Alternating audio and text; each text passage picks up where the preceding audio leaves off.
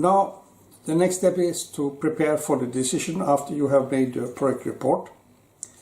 Is there something missing, something else you need apart from the project report?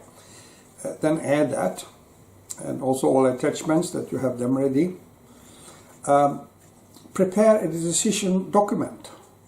Even if you're alone, make it like a formal thing. So you write down, why should you do it? Because if you don't do it, you may not do the right decision, because you're skipping things. You don't take up the issues that's important. So make a good document, include a project report as an attachment, but the important thing here is to give a suggestion.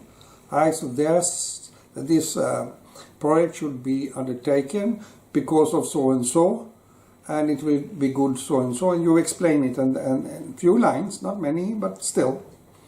And keep this document together with the project report for future use, when you can go back and evaluate what you have done. Did you do what you said you should do? If it didn't go well, can you find a reason by going back, and what can you change, and so on. So keep it.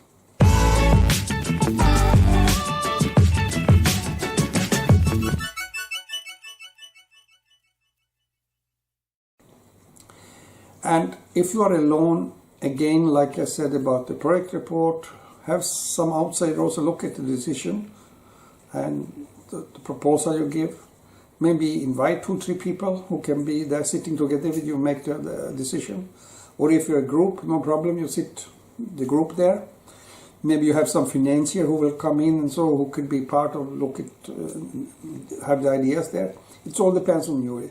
Every case is unique, so I can't give one advice. It's valuable for everyone. And when you have gone through everything, then you make a last hand check. It looks good, that is, everything is fine. And then, when you have done it, then you go ahead.